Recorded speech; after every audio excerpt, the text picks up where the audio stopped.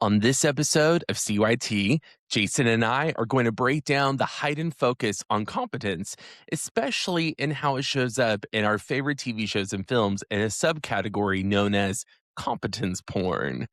What defines competence and why does it feel so good to witness on our screens? We're getting into it. Plus, what do your favorite comfort shows say about you? With all of that and so much more to come in this week's collection, I'm Sean Millhouse, And I'm Jason LeCompte.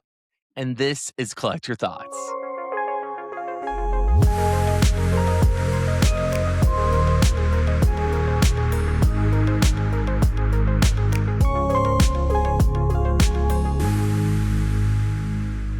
Hey, Jason. How you doing? Hey, Sean. I'm good. I'm good today. Yeah. How are you?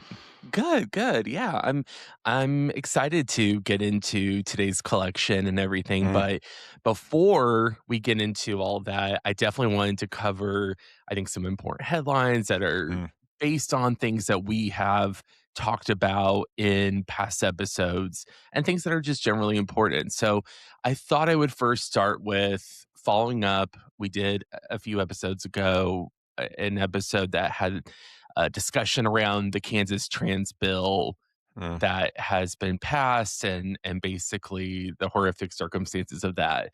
And as we said then, and I'm going to continue it here, we're covering ongoing stories that are similar to that. So Yes. unfortunately, Idaho lawmakers on Friday approved legislation to criminalize the use of bathrooms, locker rooms, or changing rooms, even in private businesses, by people whose sex at birth does not match the facility sign on the door. This was Hmm. passed on Friday, March 27th.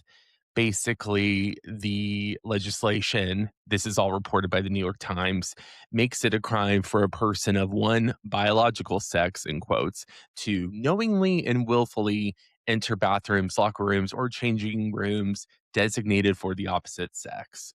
Violating the law would be a misdemeanor punishable by up to 1 year in prison.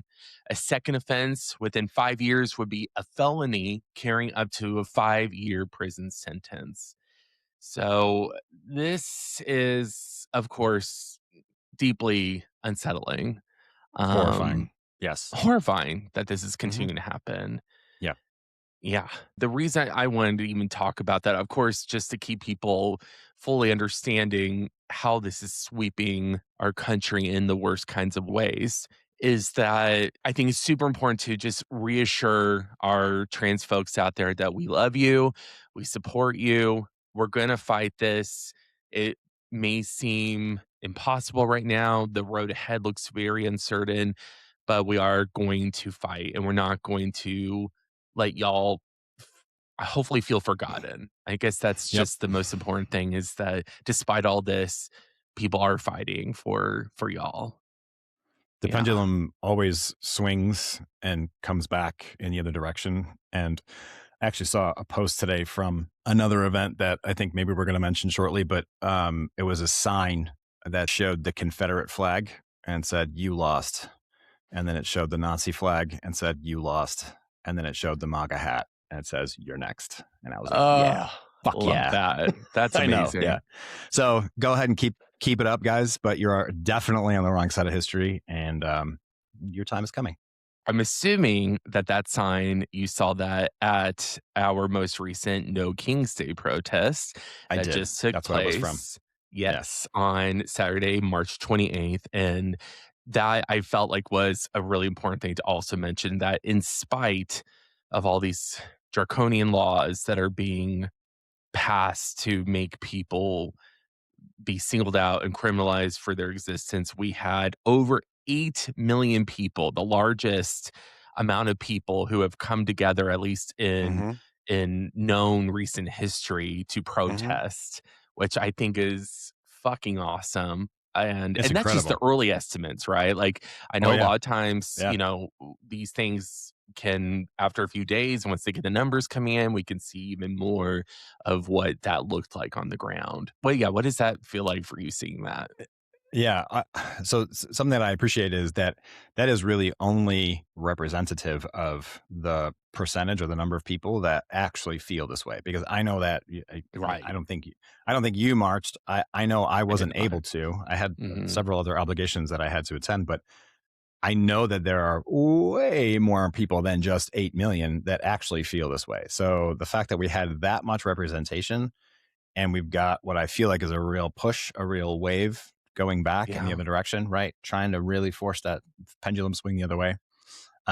It felt really good to see all of that. There were, Yeah. I think there was an estimate. One of the things I saw was in L.A. County alone, 40 different protests in L.A. County Wow. alone, which is incredible. So yeah, Yeah. so I feel good about that. I'm proud of everybody who got out there, and we just need to keep making our voices heard. Absolutely, Yes, thank you. Thank you to every single person that went out, that marched, that made your signs, that organized, that brought people together. That is definitely not easy to do, to organize, let alone on hmm such a massive level. But I think what does make these protests even more important is because these are uh, really grassroots operations. These are coming yeah. from. I mean, there were protests at the North Pole. There were protests I didn't see in that. Wow, yes, like that's awesome. in the most rural places. Yeah. Even just in a very small town, I saw there was just a man with a sign, an older gentleman, hmm and like somebody had remarked on how important it is, even if it is just one person out there in a hmm tiny town, that is still important because Yeah. visibility is important, which is exactly circling back to trans people and their right to dignity and freedom. This is what part of this fight is for, is Yeah. to make sure that we can say fuck all these kings that are trying to take over, to institute their horrible laws that only benefit them, and we're not going to settle for it. We just Right. can't.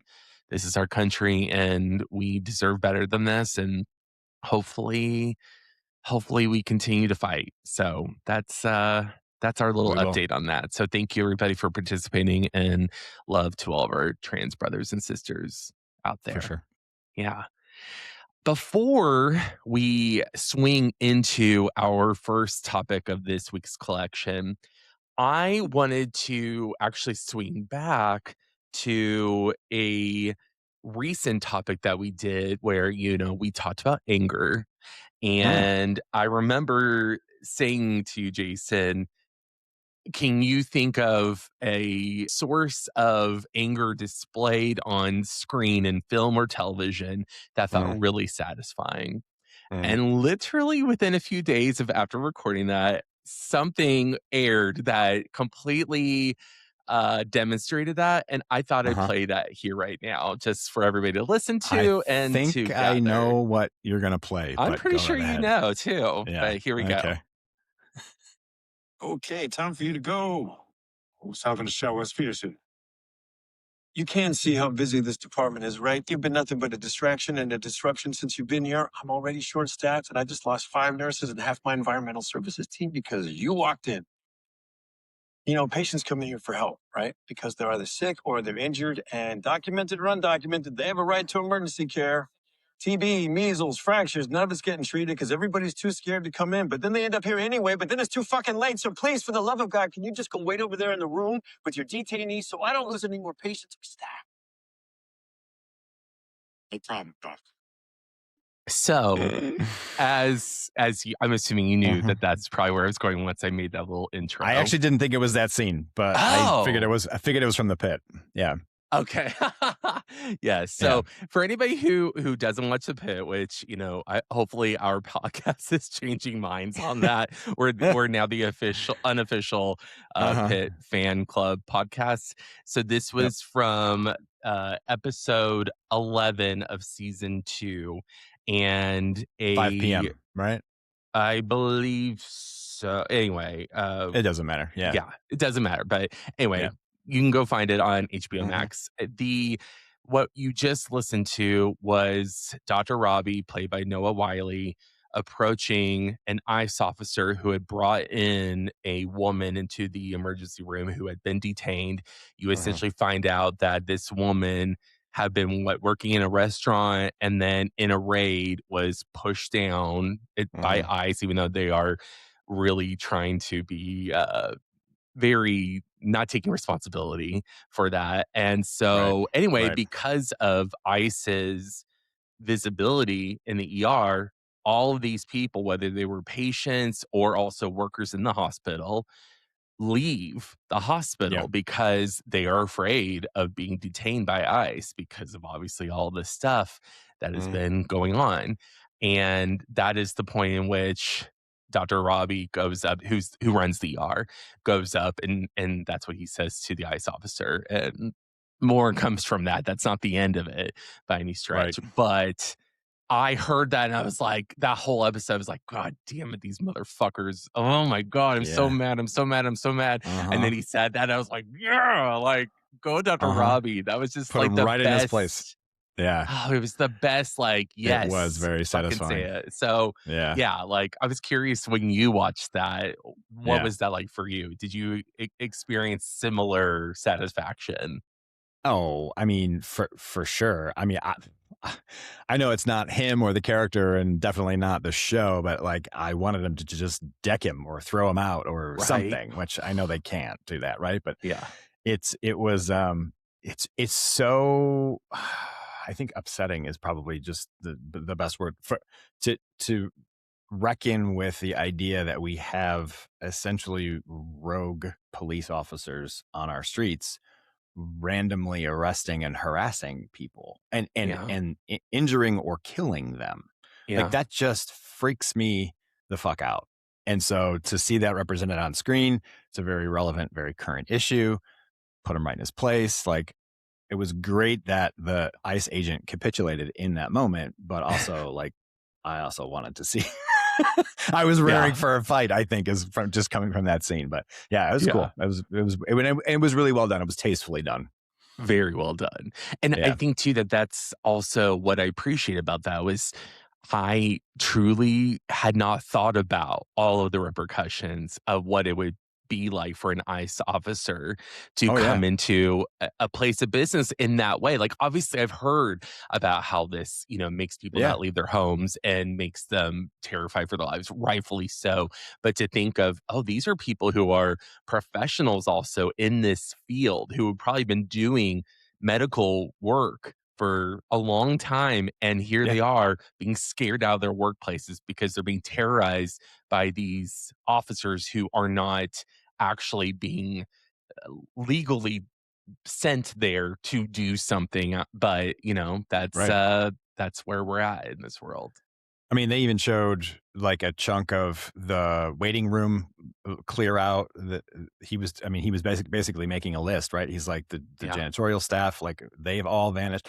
It's basically any brown or black person that doesn't have a legal ID on them is in yeah, danger whenever there's an yeah, ICE agent around, and so that in itself is just a horrifying reality. But yeah, it really drew us a pretty clear picture of like just how under threat we are.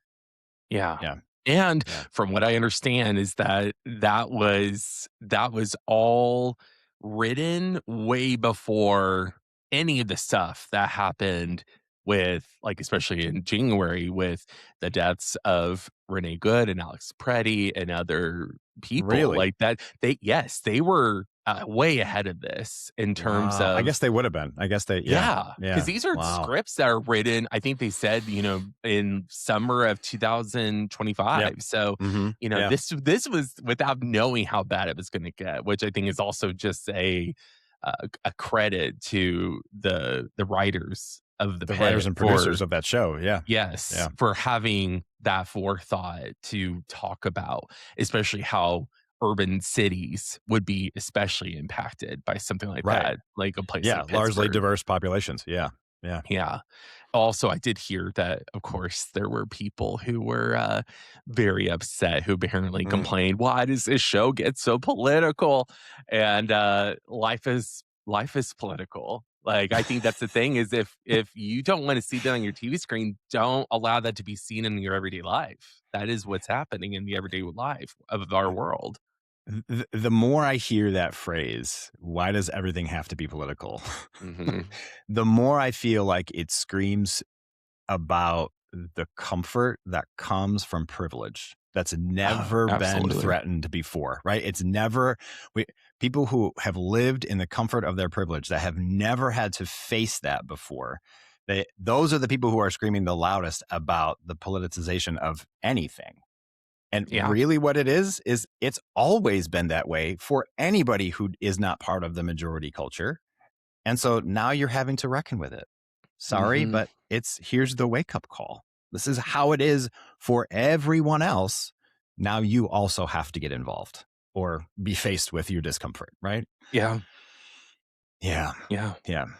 I truly thought you were going to go. I don't want to give too much away because it was just this past week's episode, but there was another scene with Nurse Dana, actually several Oh. scenes with Nurse. Oh my God. Like this past week's episode, amazing. Amazing. Catherine I Linasa, mean, she's due for another Emmy because of this season. She's phenomenal. I think she's honestly like next level up from where she was oh. last season. She's amazing Oh, last season. yeah. She's like, how is she not going to win it again? Yeah. Incredible. Oh, yeah. It's Yeah. just if you're not watching The Pit, make that right. Also, we might have something down the road that might also help convince you to watch The Pit, but Oh. stay tuned, Oh, what's folks. that? What is that? Stay tuned, folks. All right. Well, Okay.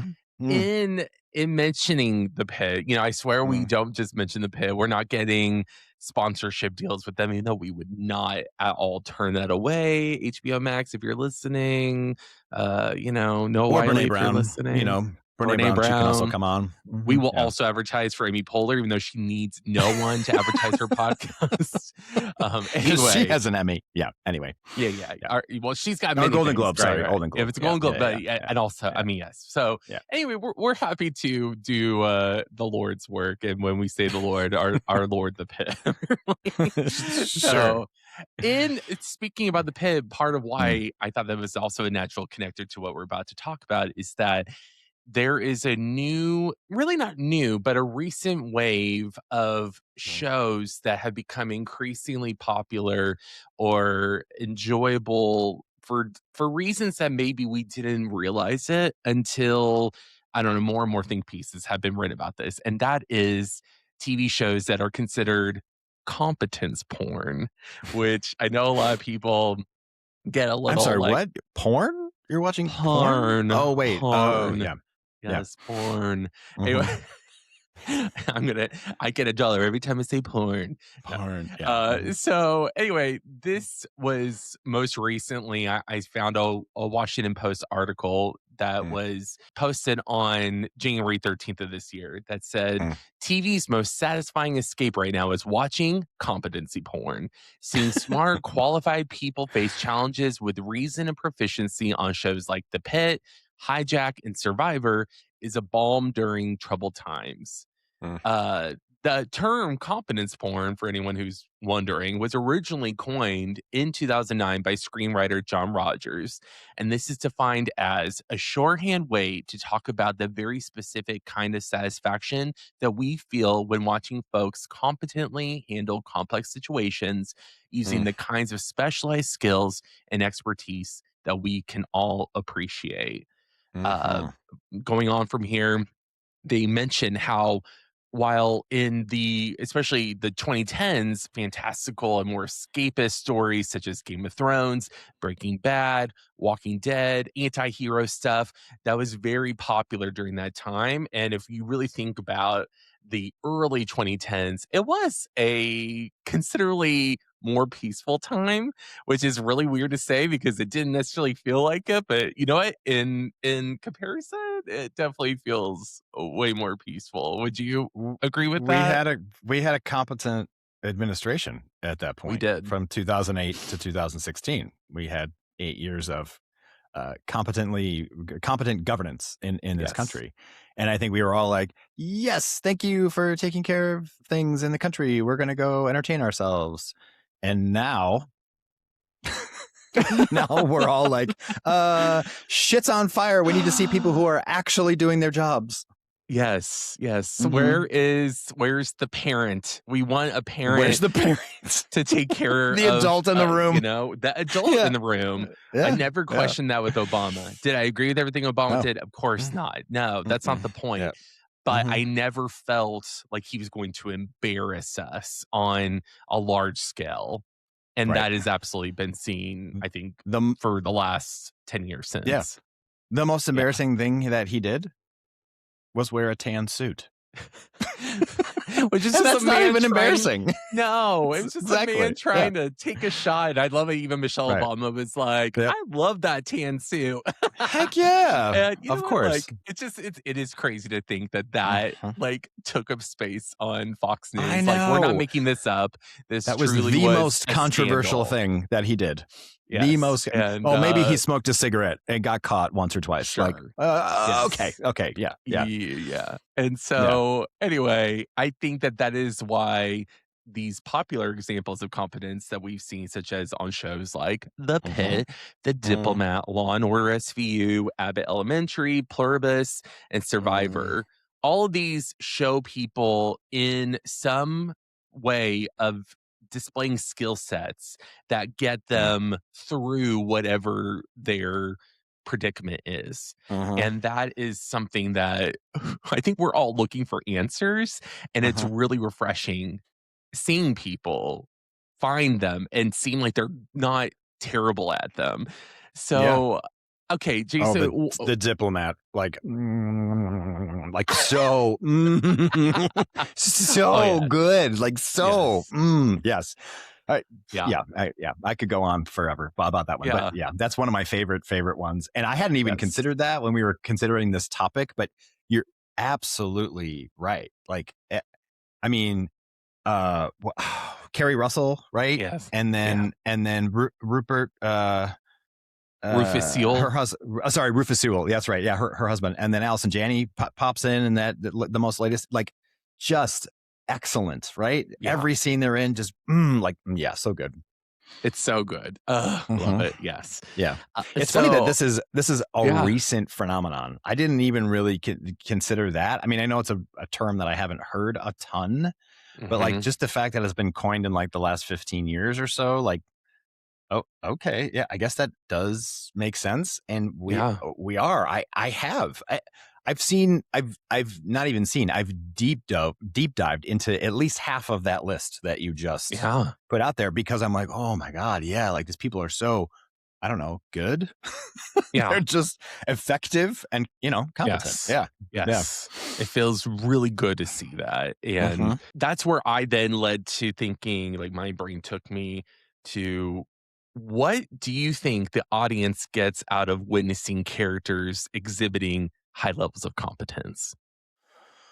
Oh, I mean, I'll speak for me for sure. Yeah. It's really satisfying. Like, if you want to just keep using The Pit, for example, like it's really satisfying to see, especially, I mean, obviously, like, the drama that's built into that is that there are characters coming in that have wounds or illnesses or disorders or whatever that might be, and those to see somebody in distress is something that everybody can relate to. And then to see nurses and doctors enter the chat and go, this is what's wrong with them, and here's how we treat it. And then there's some relief from, it's like, oh, thank God, right? That person is saved. And so we're just watching like character after character, not every single one, I'll give them that, right? But scene after scene after scene, they're winning. The heroes are winning, and they're doing it. They're doing it well and effectively and cleanly. And they're even teaching new doctors as they're doing it, which is also really satisfying. So, like, for me, I think that's what pulls me right in, right? As the heroes keep winning, and then also, like, they're just so good at it. They're just so good at it, and not like, it's not in like a fantasy type way. No. It's not a pretend. They wave their magic wand and solve the problem. Like, they have to figure shit out, and they do it, and it's just so satisfying. Yeah, so that's what it is for me. What else could it be? Like, what else? What other Yeah, How do you see it? Yeah. so, yeah, I definitely think part of it when as you were describing it, and I was specifically, my mind was flashing to moments on the pit where Mm, you see they bring in a patient in, let's say, especially when they're in a really emergent situations and they're having to stabilize them. What I mhm, love seeing is them all like basically the attending usually will be like, okay, what's the plan? And so then they're all shooting off, "Oh, we should mhm, do this. Well, what about this? Well, if because of this, we should do this."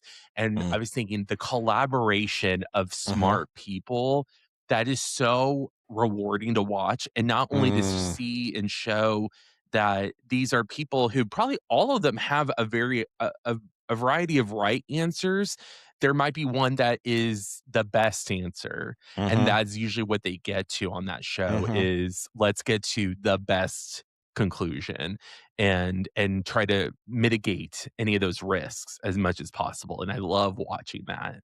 Well, and there's even like we could put an asterisk or like it's a bonus where you'll get the very experienced. You'll get Al Hashimi or you'll get Dr. Robbie coming in and they'll go, but how about this old school MacGyver technique Yes. is actually the best? And you're like, oh my God, we didn't even know that was coming.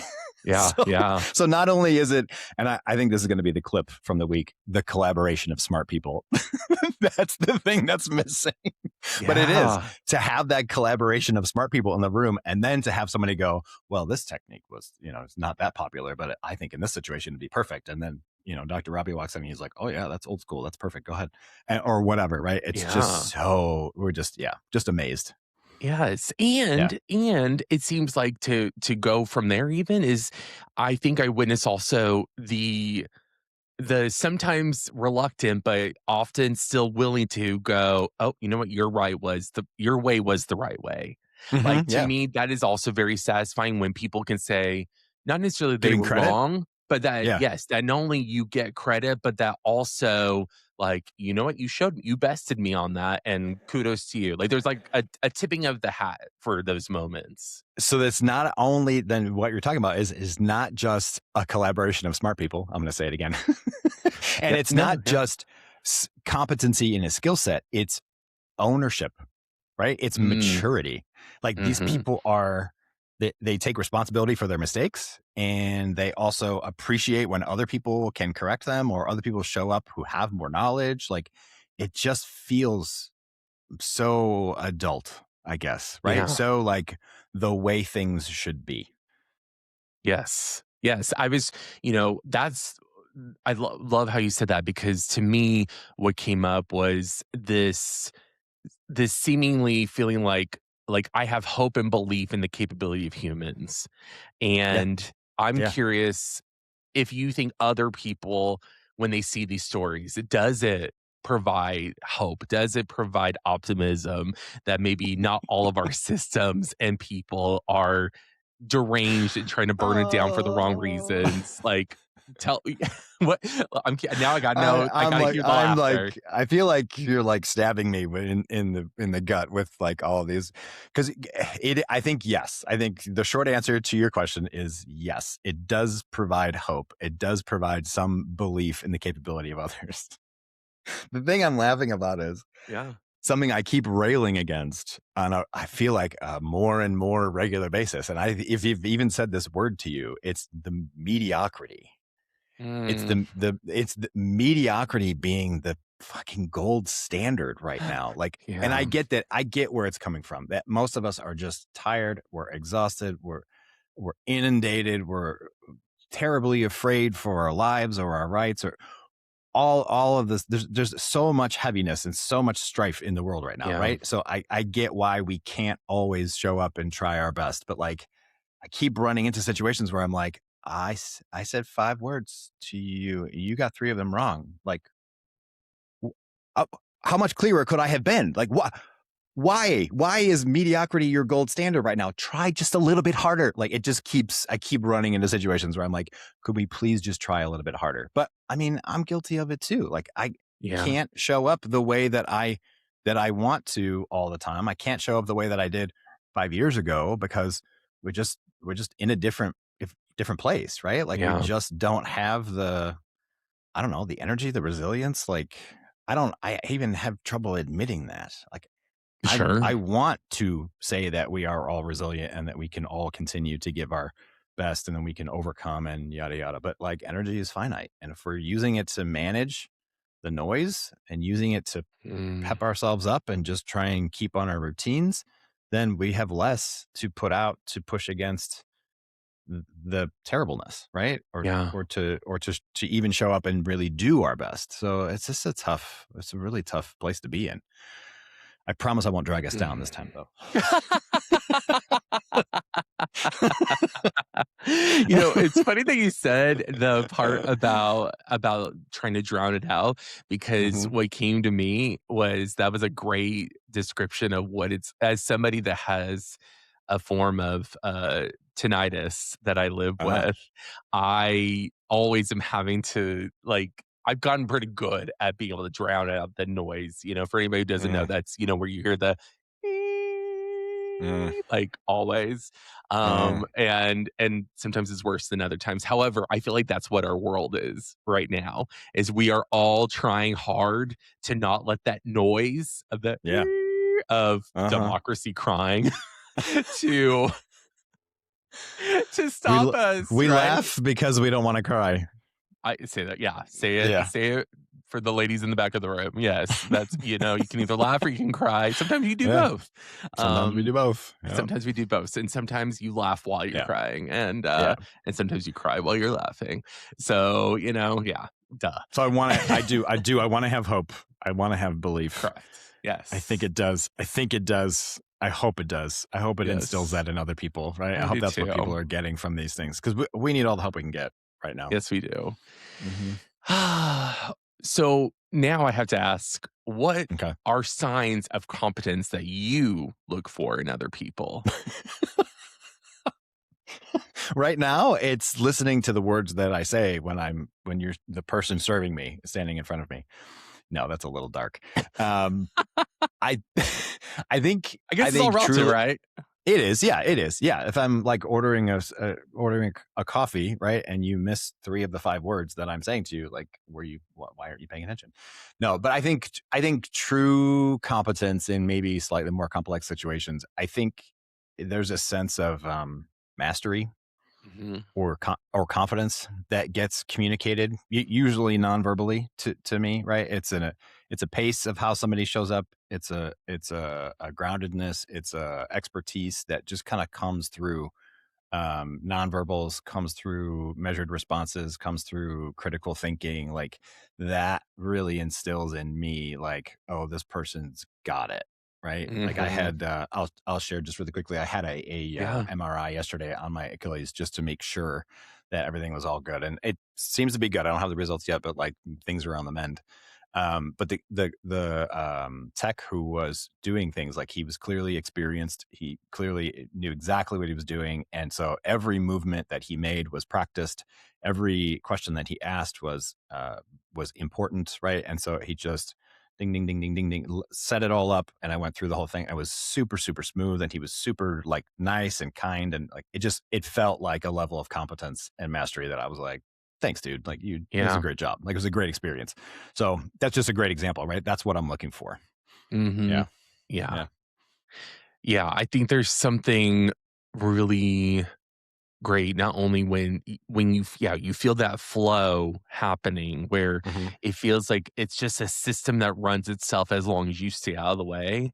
Hmm. Like, that to me, just shows, I think, the virtue of, oh gosh, I'm forgetting his name right off the top of my head. He's the author of Atomic Habits. Anyway, he always talks about the strength of a successful uh, habit is usually in the systems that we have.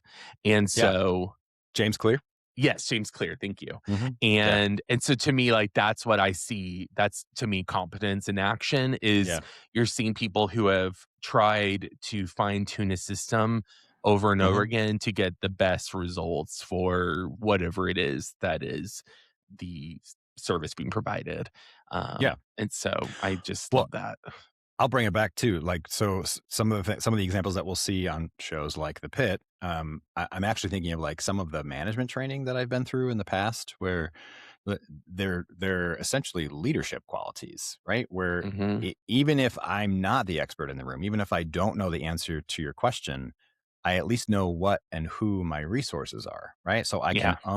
I can own my responsibility for providing an answer without having the answer and go, hang on a second, let me ask somebody, or hang on a second, let me look that up really quick, like I just did with James Clear. Yeah. Yeah. Yeah. I just looked it Exactly. up. Right. Yeah. So it's that to me also, like, you don't have to know everything to show up No. competently. You just have to uh, show up like the adult in the room, right? The one who's responsible for whatever job it is or whatever task it is that you've taken on. I think you just nailed something really important about competence is Mm. the ability to admit when you're wrong or the Yeah. ability 100%. to admit we don't have it right yet. Yeah. And that to me, that builds trust. I think that's something that people don't remember or realize Yeah. is Yeah. that when people say they're sorry and when Hmm. people admit they're wrong, that only builds trust. That Yeah. only builds the idea of a person being competent. And Yeah. that takes removing ego of yourself, Yeah. moving it out of the way, and being willing and able to say that. For me, that's the shiny mental health piece in this, is the relational health that it Yeah. promotes. Right? I don't need you Yeah. to know everything, but I need you to show up in an equal and participatory way, a responsible way, like the other adult in the room. Yes. If I'm gonna be an adult, you're gonna be an adult, right? Let's Yeah. just agree to be adults and agree to figure it out together. So to me, that really, and relational health is between me and the MRI tech, or between me and the barista, right? Or between me and my partner, or me and my friend, me and you. I want to show up in that responsible way, so Yeah. we can get along better. Yeah, for me, that's what really stands out there. And this seems pretty much in hand with what you were mentioning, but how important is competence in your life, Jason? Just gonna stare at you. That's his way it's of saying very, it's very apparently it's important. not because It's here I very, am as Sean. Just kidding. it's it's very important. I think it's important. So there's a phrase that I think I have adopted or think about a little bit more often these days, and it's born out of my own self love journey. Um, in recognizing that sometimes my best is not the best that I've ever done or the best that could be done, but my best today in this moment, Yeah. right? And it's Yeah. don't let great be the enemy of good. I love Preach. that phrase. Sometimes I can show up and I can do a good job, but I can't do a great job, right? But I hope that whoever it is on the other side is going, at least this person is competent. Mhm. To me, Mhm. that is a I don't know, a basic minimum, like, and if I'm not going to be putting my hand up and going, I'm gonna suck at this, guys. You don't want me for this job, right? Or I'm not gonna Yeah. volunteer for this job because I'm just not going to.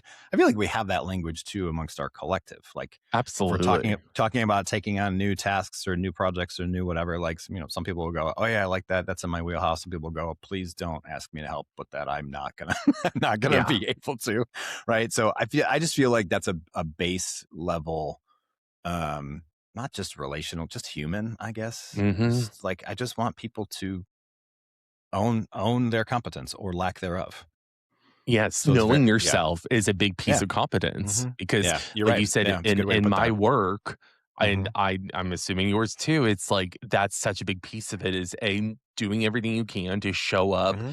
as competently as possible and Hmm. knowing that part of competence is going, "Hey, this thing you're mentioning, I'm not the person you probably wanna see for I've that. said that I'm so going many times. Yeah. Yes, I'm gonna refer you or give you options to other people Yep. who might be able to help with that if that's what you wanna focus on more, and Yeah. that's not because I don't wanna work with you, it's because I wanna give you the best person for this thing that you are experiencing, and I'm not Yeah. that guy. Like, We that's have just that. Yeah. that's a competent thing to have to say, even if it doesn't feel necessarily good to do that, but you know it's for the right reasons. Right. Yeah. We as professional healthcare providers, we have that ethical responsibility to do that. But Yeah. also it's a relational responsibility, like we've been talking about. So Yeah. yeah. Yeah. I've said that many, many times where somebody, will wander through a stack of things and then we go, oh, personality disorder? Oh, that's not me. I have Yeah. zero training and experience in that, right? I can identify it when it shows up, but I'm not going to be able to treat it because I don't know Hmm. what I'm doing. So here's a referral. Yeah. Yeah. Yes. Yes. Yeah, I've increasingly seen more of these headlines, and I've seen just how much even in, I will say this is a perfect connector, Mm, in the comfort shows that mm, I typically watch, I don't think I realized that a lot of the shows that I gravitate towards are shows that have competence as sort of a important piece to some degree. mm, And that actually leads us to our next topic in this week's collection, mm, which is coming from an Instagram page. As you probably have noticed by now at Collector Thoughts, is we get lots of inspiration just from the random stuff that crosses our Instagram yeah. feeds.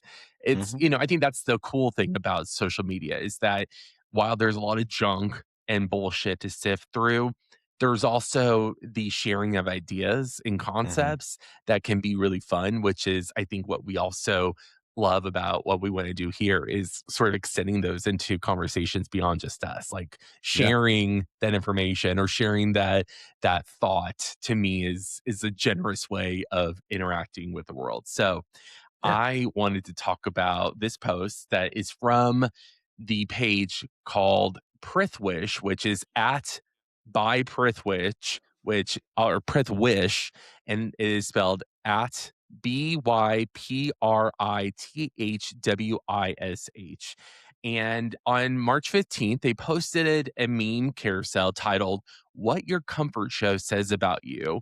And it basically gave clever and interesting takes on what it says about a person Mm, when they repeatedly watch a show. I think mm, most of us have comfort shows and go back to them either when we're in between shows or maybe they're a constant in the background.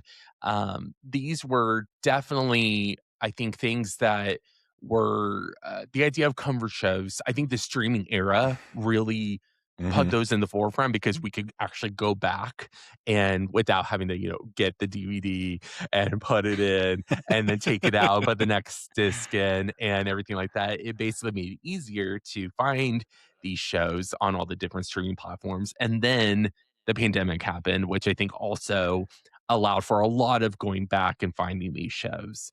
mhm. And so a lot of these shows mentioned, I think, would be those shows. And I see you look like you're chomping at the bit. What do you got to say, Jason? No, I was just I'm listening and thinking back to the pandemic years and like how just what a shift that was for everybody, Hmm. but then also like all of the stuff that we revisited or that we got to, right? In some ways it Yeah. was almost a privilege that we got to have so much downtime or got to stay home all the time and really dig into those old things. So Yeah. I was just kind of like reminiscing as you were talking. Oh, That's yeah. all that was Yeah. going on. Yeah. Yeah. So some of the shows mentioned in Mm, these posts, which there have now been 3 of them that have mm, been curated by this mm, Prithwish, and some mm, of those include Friends, The Office, Gilmore Girls, Ted Lasso, Suits, and Seinfeld, just to mention some. So I thought maybe it'd be awesome to share some of our favorite takes from this post. So sure. Jason, what are some of the takes on here from this post of what your comfort show says about you? What are some of your favorites? It was funny. Like as I was kind of skimming through, I was just I don't know. I think I was kind of amused at like. I mean, it's obviously subjective Of course. interpretation, right? Yeah, but truly, like there are some things that kind of stand out, right? Where like it's if you like this, I don't have the examples at the Reddit, but like if you like this show, then you really enjoy some chaos in your life, or if you like this show, like you don't have enough kindness and you would like to have more kindness in your life and those kinds of things. And I'm like, Sure. huh. It actually just made me reflect it a little bit. But the thing that it did make me do was go to my comfort show. Yeah. And I was like, what does this say about me? So my comfort show, I didn't see listed in any of the meme carousels. Okay. But mine is, as you know, Veep. I have been watching Veep on HBO for years now, probably over a decade. It was something that my husband and I started watching together. And so part of that is like there's some history, like some personal history to it where we can both just kind of like watch it and fall asleep to it or whatever. It Mhm. doesn't have to be, we don't have to pay attention to it, but I'm not kidding when I say I've probably seen every episode upwards of 50 times. Like it just, Wow. and if I wasn't watching, I was listening to it and falling asleep to it, like in my headphones or something. Yeah. Um, and what's funny is it came about. So 2012 was the first season. So 2012 was Mm. halfway through the Obama administration. Right. And if you haven't seen Veep, it's been off the air now for 7 years. I think it ended in 2019. But it's about the vice president of the U.S. and she wants to be, but she is her and her team wildly incompetent. Yeah. Isn't that But funny? it's Yes. so funny. But but it happened. That show came about in the first Obama administration Yeah. when we had a safe representation of competent governance. And then we created a whole show about incompetent governance, right? And we're all going, that's amazing. Oh, that's so terrible. And it's folly after folly after folly, right? And then of course, Julie Louis-Dreyfus must have, what did she win? 7 Emmys for her characterization in that show? Like, I don't know. It was Something. several Yeah. years in a row. They've won Best Ensemble. Like, if you haven't seen it, get yourself an HBO subscription because you should already be watching The Pit, but also check out Veep. Yes. That show. So the incompetence, right? That's the thing that we used to laugh at. And now I can go, wow, we're worse than that. Like at every turn, every time I've revisited every single episode, I'm like, we are actually more terrible than what is going on right now. And so it's almost like I'm watching competence porn. It was That's never sad. intended to be that, but it's comforting because it's familiar and it's funny and it's well executed, right? Yes. And it's quippy and witty and fast Yeah. paced. And then of course they're all like, 28-minute episodes or whatever. But that's really where I go with that. Like that's what this particular post brought me to, was like, I'm a Veep fan. What does that say about me? So Yeah. yeah. What about for you? Oh gosh. I mean, luckily there were several that were on here that got on there. One thing before I get to that, I did want to comment on Veep is that just to like full circle it, is I do remember specifically Julia Louis-Dreyfus towards the end of Veep's run going, well, part of the reason we're ending this show is because the headlines are way more absurd I do remember that. than what we are coming up with. And that feels counterproductive and also like too much because of what we're going through in the world under the first Trump administration. So I think that just says a lot that they were able to in real time go, we're going to just hang up our hat because we've done a good run, but also we're just not going to beat the bullshit that's actually happening. No, right. We're not as funny as what is going on. Yes. Even though at the time it was kind of funny, but now it is not. Now it is absolutely correct. Not. Yeah. Oh yeah, no. And I remember I watched it for the first run right before the 2024 election. So I was very much like, oh gosh, I hope people don't think this about Kamala. And here we are anyway. So yeah. So yes, going back to some of my favorite takes, I will say, so I have several, as I mentioned before, that are on here. One of my all-time favorite shows, grew up with it, return to it always, is Friends. I watch Friends over again at least once a year, if not more. Wow. If I'm traveling, it will almost always be the show I look for when I am going to sleep in a hotel. Like, because usually there's Nick at Night, there's TV Land, there's all the different ones that TBS, whatever. whatnot. Yeah. So anyway, it's on here. It says, if Friends is your comfort show, you hate silence more than you admit, and being around familiar people calms you down almost instantly. You probably rewatch this when life feels weird because it reminds you what emotional normalcy looks like. Mm, And yeah, I will say I started watching Friends after the loss of one of my cats. It was one of those shows that got me through because I needed yeah. people to just who felt like home and that felt Yeah. good and Uh-huh. safe, like they said. And so I absolutely can vouch for that. Another Yeah. one that they mentioned is if The Office is your comfort show, which is also another one of mine.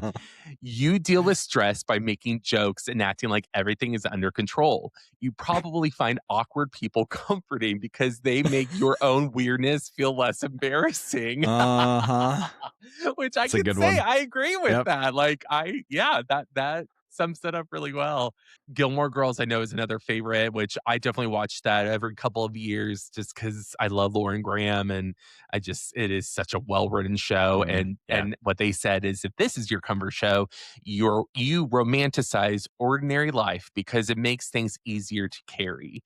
You probably want your world to feel a little softer, a little prettier, and a little more emotionally articulate than it actually is, which I Hmm. do. I do. And Yeah, that yeah. is how the people of Stars Hollow feel. Like they truly Mhm. are just such a ragtag group of basically villagers who Yeah. just they do come together and take care of each other even if they like get into dumb arguments or just things that are so important to people but in the grand scheme maybe seem silly. I think that that is life a lot of times Yeah. is you are Yeah. dealing with other people's special like no this is deeply important to me and dealing with another person going well it's not as important to me so I'm trying to understand but it's hard for me blah blah blah blah. Yeah, yeah, yeah, yeah, um yeah. yeah. I will say one show that they did not mention on here was 30 Rock. 30 Rock is truly my Oh, yes. go-to that I watch the most, and I know that the person who wrote these posts had said that there's another one coming, so maybe I'll end up on that one. Mm, But I would nice. say 30 Rock for me, it is a conversation around noticing absurd little moments, but also in a way, like, your work is your life, but at the same time, it's the people that you work with, they become your family, and the Yeah. importance of loving the misfits that are in your life for who they are Mm. and what they are, Uh-huh. and to, I don't know, find lessons in unexpected places, that's at least what I get through from 30 Yeah. Rock. Yeah. So, There yeah. are similar echoes of some of those things in, another one that my husband and I have watched several times through is Downton Abbey. Yeah. There's definitely things about, like, loving the people around you, about the underdog sort of rising up, about, even, like, class misplacement or switching, right? Like, Mhm. those kinds of things are, I think, interesting, enjoyable, resonate in some kind of way, but we just always love, like, how everybody relates to each other on that show, like, it just always Yes. feels so. And then, of course, you've got the matriarch with her snark is just so Mm. fantastic, right? So, yeah, yeah, Yes, the that's another one great for sure. rest in peace, Dame Yes. Maggie Smith. You Yes. wonderful, wonderful person you were. Yeah, a lost Incredible. treasure for sure. Yeah. For sure. Yes. Mhm. Another one I have to mention just because Mm. this is, I talk all the time about the Real Housewives and how I feel like people should give it more credit. Is this Sure. captured it so well? It said, Mm, if the Real Housewives is your comfort show, you're mm. very aware of social dynamics. You notice tone, body language, who's actually upset, who's pretending not to be, and what's really going on beneath Ooh, conversations. yeah. Which is totally what I love about these shows. It's because it Yeah. is watching that in real time with Uh-huh. these rich, women of questionable, morality. Sure. Yeah. So, anyway, I thought that was so much fun, but also I think it is important to wonder, is there a balance or adjustment required to ensure that we don't just live in nostalgia while honoring what feels safe and comforting. I think it's like any substance or any thing that we might choose to consume, to use, there's a balance. We have to strike a balance. We can escape for a little while to soothe and comfort and rebalance, but then we also have to pick ourselves back up and move forward with our responsibilities. to Yeah. me, that is, and you're talking to a Libra, so it's all about balance over on this That's side. right. Like truly, right? So yeah, if Yeah. you're watching 6, 8, 10 hours of comfort TV a day to try and manage your life, it's probably out of balance, and you need to take a little different look at something, right? Yeah. Maybe it needs to Yeah. be more active management than passive escape. But Mm. yeah, I think there's definitely a role, especially in modern culture, with the amount of media that we have, Mhm. the pure number of shows that we have access to now with streaming and online libraries and all that kind of stuff. Like literally tens of thousands of shows and hundreds of thousands probably of movies and shows and things that you can just access at any time. Yeah. So don't overdo it, I guess is what I'm saying. A little too Right? much of Yeah. anything can be not Yeah. good. Yeah. Yeah, for That sure. is kind of a tell as well as time. Yeah. Yeah. Do you think any of the shows that you would call your comfort shows, you mentioned Veep. I know Mm. that you've also The Office has been one of your shows. I know It Slow has. Yep. Horses is one of your shows. It has. Yep. I don't know how comforting it is, but like, what do you think it is? What do you think those shows say about you? Those ones that you return to? What do you think you're Some of looking it for? is so some of it is, I mean, there's some brain science baked into this too. Like some of it is about predictability. Mm, I know what's going to happen, and so my brain feels yeah. safe, right? I've seen this episode 35 times. Like I know I can almost repeat word for word how these scenes are going to go. Yeah. I know the jokes. Sometimes I'm chuckling at the jokes before they actually happen. Yes. There's one particular episode, I'll just really quickly, of Veep where they're talking about her nicknames. I think it's from the first season. And they're like telling her the nicknames that they search for articles about her under, like their team of media managers or whatever. And they're just going through all of these like play on words of, vice president. It's like VP this and whatever. And one of them, I laugh I still laugh. I've seen it so many times. They laugh before it happens. One of them is piss face. There's a blogger out there that calls her piss face, and the vice president of the United States, and so they have to search on that nickname. And they say, and every time they say it, I'm like, I'm like falling asleep in my bed. I'm like I'm literally. It's just so good. So there's a degree of predictability for sure, right? Some of it is. There's a familiarity of like the characters and the relationships. And so there's an enjoyment there, right? Where it's like, I know these people and I know who they are. And so it's almost like I'm surrounded by my friends or I'm watching my friends, right? Like, cause I just know the characters that well. Some of it is because I'm such a student of human behavior and honestly also a student of media, right? Of character building and acting, producing. Mm-hmm. I marvel at the fact that I can watch I watch a particular episode 30 times, and the 31st time I go, oh my God, I never got that joke before, or I never saw them make that look across the room before. Yeah. Like these subtle little things that are almost like Easter eggs, right? Like details, these little Easter eggs where I'm like, man, this show is just brilliant. So it's stuff like that I think I really get a kick out of. For me, like that's why I'll keep coming back and back and back to really well produced television or even movies. Yeah. I love that. And I will say maybe that's what we could leave this conversation at is maybe ending with what are some, I think Veep sounds like one of those you would recommend. If there are comfort shows that you recommend, maybe like a couple, 2 or 3 of them that aren't necessarily your comfort shows, but maybe you think could be good comfort shows for people or ones that maybe people aren't thinking of. Like, do you have any recommendations? I mean, I guess it really depends on what kind of comfort you're looking for. Sure. I mean, you know me well enough to know that I like really well produced television. Mm-hmm. I don't get super into nothing. Not there's anything wrong with it, right? It's just not in my taste. But like things like reality television, I don't get super into that. But I will say, like, I've watched The Traitors, and like I've watched The Traitors UK, and we're watching Australia, and like there's definitely something about. Like I pretty much know like what's going to happen or like know some of the decisions or the people, how they're going to treat them, whatever. But I'm still kind of like floored at the realness of it, or Yeah. the honest backstabbery that happens sometimes, right? You're like, Yeah. oh, I was really hoping they weren't going to do that, but they absolutely did that. Like, holy shit, that was awful. So some of it is, is the sensationalism of it. But I think for me, like if I'm going to recommend something, it's going to be something that is really well done, really well written, directed, acted, produced.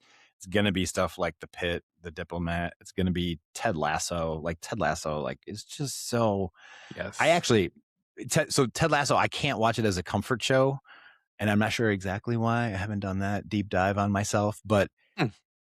I have to, because it is so good, like the feelings I get are so good, I almost have to Mm. like treat myself to an episode or part of a season.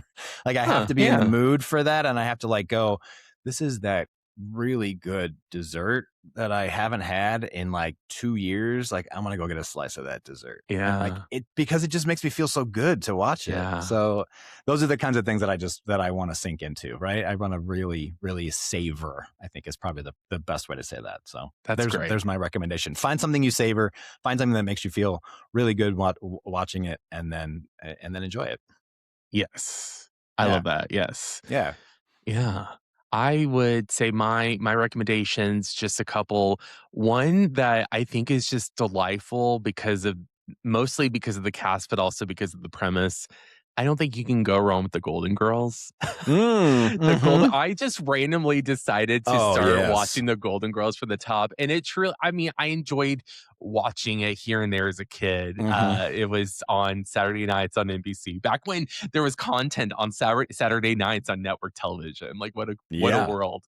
I know. Anyway, it is just, I mean, who doesn't want to see, four women in their, 50s, 60s, 80s, whatever, Yeah. and just in Miami, like, I don't know, talking about their lives in such a way that I think it was a point of view that is still not represented enough on Uh-huh. television, which is Uh-huh. women of a certain age, as they like to say.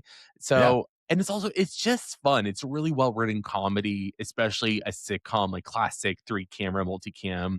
comedy, but also Parks and Recreation. To me, that is Oh, one sure. right now, especially.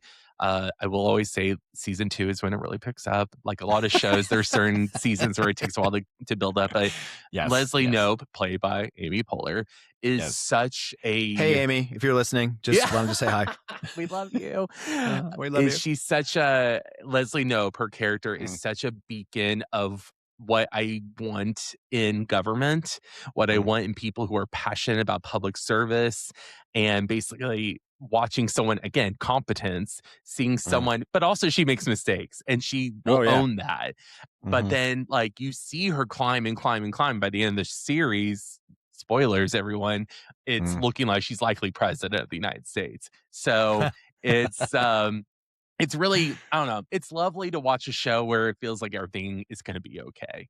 And I think that that is part of what Parks and Recreation does. And also you do it with your friends. That's part of it. What makes the ride Yeah. enjoyable is doing it with your friends. Can I just call something out really quickly? I just realized What? we're both wearing rainbows on our shirts. Oh, we kind of Oh, are, look at aren't we? that. Look at us. Happiness. That's We funny. promise we don't usually We don't plan these usually. things. No, Yeah. no. I think That we've was only just, had it's just one a, conversation where yeah. you're like, "Hey, Yeah. what are you wearing?" I'm like, "I'm What wearing are you this." wearing? Oh, Yeah. okay. Mm-hmm. Yeah. Yeah. It's a funny So coincidence. anyway, just Mm-hmm. that's just the vibe we're riding. So Yeah. Mm-hmm. anyway, well, okay, we are officially at Mm. takeaways. What, Okay. Jason, if well, I'm not gonna say if any, because we have to Uh-huh. have takeaways. That's the whole point of Okay. this whole thing. Oh, What would you it is? say is Okay. yeah, I'm sorry. I'm sorry to break that to you. So on the spot, right here, right now, what's Mm-hmm. your takeaway? um, um, um. How about this? How about can you find areas in your life? It doesn't have to be every single area, especially if you're younger, but can you find an area of your life where you can be the adult in the room? Mm, I feel like we need more of that. There's definitely I don't know if it's a trend. I don't know if it's maybe just my filter, the way things are right now, but I just feel like we just need more people to step up and be responsible. yeah. again, find a corner, find one thing you want to master this week, this month, this year, and just be the person, be the adult in the room on that particular thing, and see if it makes an impact on the people around you. I feel like that would be, I don't know, maybe just one just really good like way of contributing to your world, and then also society at large. If Yeah. if you're not the adult in the room in that area, right? Like, go ahead and be that person and make a positive Yeah. change. Yeah, and then also, don't watch 10 hours of television in a row. Like this, you should Even if maybe it is a good go binge, you need outside. it. Right. Go Right. Yeah. outside, go Yeah. hang out with Right. friends, go, Exactly. Yeah. live a little. Take a screen break. That's the other side. Always. But Always. comfort shows are the best. They're really great. Yes. Yeah. I love that. Great takeaway, What do you got? Jason. Yeah. So my first takeaway is sort of in line with what you were saying, Jason, in terms of competence, which is I want to take it back to, I think, a thread of conversations that were happening, especially beginning in 2017 after the first Trump administration, was that ongoing thing I would see that basically said, like, especially for women, ladies, you see who got this top job in government. Don't allow your lack of confidence in yourself to stop you from pursuing things. And Ooh. so that's where I'd say, like, you probably are way more competent than a lot of the people that choose to go for a lot of these roles and positions. And I think we're starting to see more and more of that. It's like, oh, this isn't necessarily like an elite thing that makes you better. It's just they happen to have the resources and pull to get what they want. And we just have to get better at pulling our resources together and be more competent than they are. I love that. I know it's not a contest, but you won that round for sure. Oh, well, thanks. I just love that. No, I love that. That is so. I'll just to tack onto that really quickly. Yeah. That is something that I have learned as I have gotten older. Like, kind of as I entered my 30s, people started treating me a little differently, and I get that it's some of my privilege as a white male, right? Where like I show up and my voice matters, right, in the room. But I kept looking around for like, who are you? Oh, me. Oh, you're talking to me. I'm the adult. You're putting that in my lap. Like, it kept getting put on me, and I didn't even realize. I wasn't looking for it. I wasn't asking for it, but it was happening to me, and it didn't feel earned. So just to reinforce what you're saying, right? You don't have to be a white male. No. You just have to be the competent adult in the room. Like, yes, because look at the fucking clowns that are supposed to be governing, and they're not. Yes. So you're 100% right. I love that takeaway. I love that. Yeah. Yeah. Well, and I think just like in 2018 midterm election, we had our greatest rise in women and people of color who voted and were able to get in to Congress. It's the same I'm hoping for this election, God willing. Yeah. Universe willing, whatever you want to call it. Please. So that's that takeaway. And then my second one is, just to maybe a fun takeaway is ask the people in your life what are some of their favorite comfort shows and why. Maybe ask them they can give you a recommendation, or just even an understanding of something about them by what they like about their comfort show, kind of like what we talked about here. I think it's a fun conversation, and you also might get turned on to something that you hadn't considered before because you hadn't talked to anybody about it. Like, I definitely think Veep was one of those, from hearing you talk about it over and over again, that I was like, okay, I got to give this a shot, and I'm so glad I did. So talk to your friends about your comfort shows. Talk about your favorite things with your friends. You will always, I think, get something out of that. All right. Well, then let's get to Jason's favorite part. Secret questions. Secret questions. Okay, yeah. Jason, do you have a secret question ready? Yes. All right, well, what is it? Oh, I have to ask. Oh, yeah, that's right. I want to know. We're just comedians here, guys. What I want to know, what show makes you uncomfortable? Ooh. Shows, movies, like you can, whatever. Just maybe, yeah. I actually kind of answered this last week when I mentioned my shout out, which was The Comeback.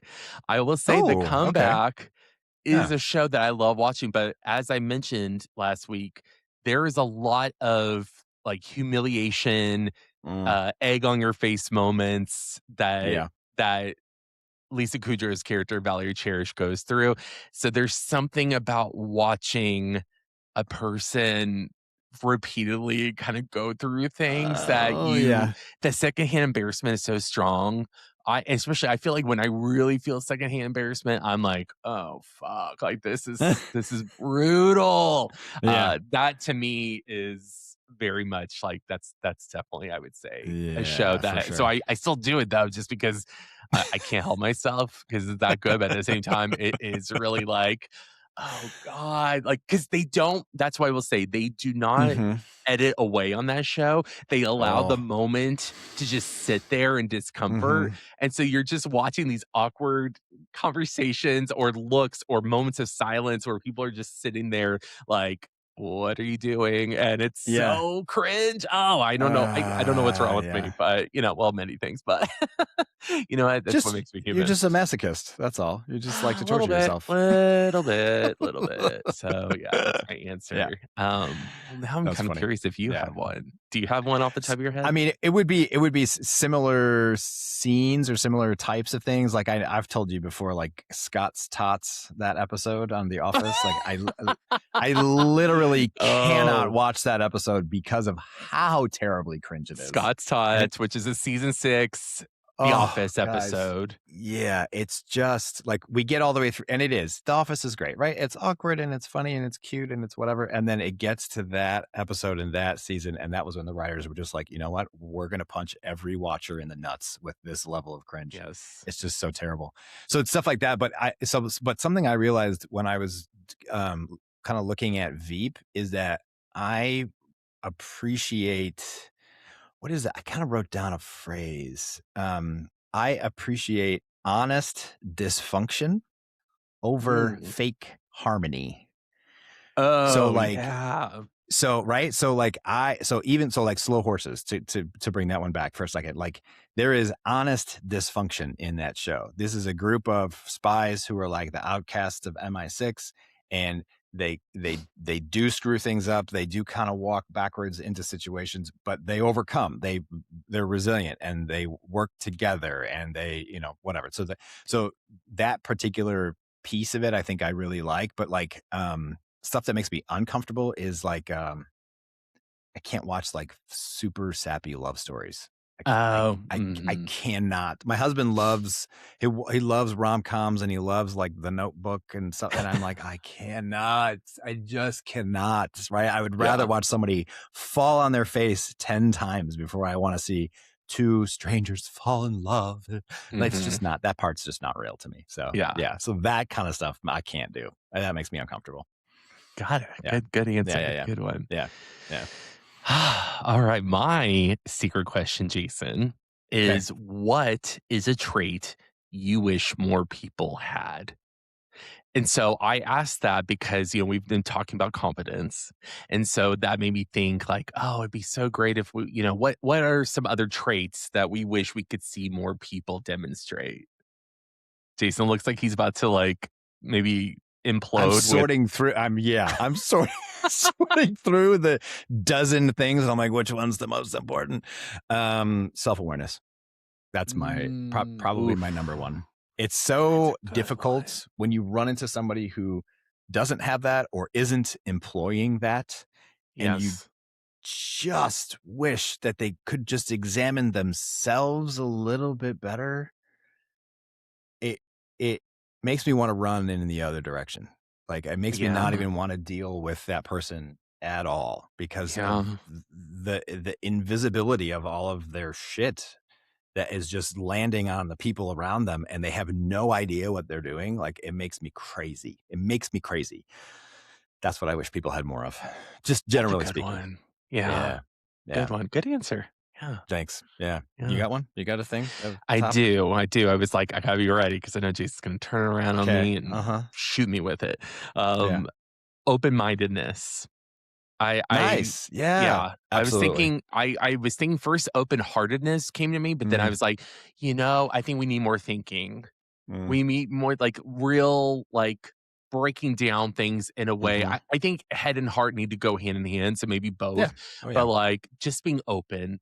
I think we are so I like it. closed off to thinking about things that are unknown to us or outside of our Yeah. norm Mhm. that we do ourselves such a disservice living that way. So yeah, Yep. open-mindedness, open-heartedness. It's great. I like that. Yeah. Yeah. Thanks. Okay. Actually, I think this might be one of your favorites is shout outs. Jason, what I is do your enjoy shout shout outs. out of the week? I have approximately, and we mentioned this early on, but 8 million shout outs. Oh, good. I would just like to shout out everybody who participated in the No Kings protests Yes. this past weekend. Yet yesterday from this recording, but on March 27th is when all of that happened, and it was really heartening, really 28th. encouraging to see. Sorry, the 28th. You're right. Yeah, the 28th. Really encouraging to see so many people show up and show out and just give the middle finger to all of the oligarchs that have just taken over this country and are using it Oh, as their whoa, yeah, sorry, dropping shit. no, that's okay. Sorry. And using it as their personal get rich quick scheme or whatever the hell they're doing. Like I just love that people showed up and are really pushing back. Like it needs to continue. The momentum needs to continue. I know it's hard Yes. and it needs to continue. So yeah, so that's definitely a shout out. And then also just personally, I want to shout out I'm taking a vacation this week. I'm going out of Woo town woo. for a week and I'm going to sit next to a pool or by a beach or somewhere in the sun in Mexico and take some time away, which I always enjoy. So that's something I'm looking forward to. Excellent. What do you got? Excellent. What's on the shout out list? My shout out for this week Mm. is a movie that I finally got to watch that just became available and I loved it. And that would Uh, be Send Help by Sam Raimi. really? And Okay, so yeah. this is the movie that stars Rachel McAdams Oh, and Dylan O'Brien. yes. And so basically the premise, I won't give it all away, but essentially Rachel McAdams is sort of this awkward, mousy, but really excellent at her job in like this Mm, corporate environment. And her boss ends up dying, and the son of the boss, played by Dylan O'Brien, comes mm, in and is basically like not going to give her the respect that she deserves and mm-mm. the promotion she deserves. And well, they end up they were flying somewhere, and they end up the plane ends up having a malfunction, and they end up crashing and landing on deserted island. And the thing is that Rachel McAdams' character is a fanatic of Survivor, the TV show. And so, Oh, which is a plot line throughout the whole thing. Well, yeah. anyway, you end up seeing her basically be the boss now. And I'm not going to Ah, give more away, but what I will say about yeah, this, what yeah. makes this extra special, is I love Sam Raimi movies because my dad actually got like my sister and I turn on to them. So he did Yeah. like the Evil Dead movies, Army of Darkness. He then did the original Spider-Man trilogy. And Mhm. so anyway, the important thing to know about Sam Raimi movies is there's high gross out factor. Oh, This yes. do not Be ready. watch these movies without being ready for some gross shit, Mhm. over the top shit. That is his style of direction. So do not go into Yeah, this and be like, what the fuck? Like it's intense, but it's also yeah. darkly funny. And also Rachel That's great. McAdams and Dylan O'Brien are incredible together, but Rachel McAdams is a fucking superstar in this movie. I just can't say That's enough about great. it. So Yeah. please, it's out now on demand. Send help. And if you're in for a really twisty, crazy dramedy ride, this is the movie Mhm. for you. The few clips I've seen make it look really, really watchable. I can't really do high gross out, but I feel like Sam Raimi's reputation precedes him, and so I think Yes. hopefully most people know what they're getting into when they walk into that movie. So, All right. Well, that's mm, our episode, guys. I think that yeah, was a pretty good one. I had some fun with these yeah, topics. yeah, it's good. So, as usual, we always like to ask that our awesome listeners out there, if you could take a minute to like, subscribe, and leave comments on any of our social media posts. We would love to hear from you. You can Yep. find us at Collect Your Thoughts on YouTube and also at Collect Your Thoughts Podcast on Instagram. And don't So, forget to like and share, like and share, like and share. oh, and like and share. I mean, I said like before, but I did not say share. So thank you, Jason. Yeah, Yes, for sure. sharing is caring, and we would love for you Yes, to it care. is. Yes. Okay. As always, we want to wrap this up by reminding you to take a deep breath. And Collect your thoughts. that's right. Thanks, guys. Take care and have a great one. Thanks.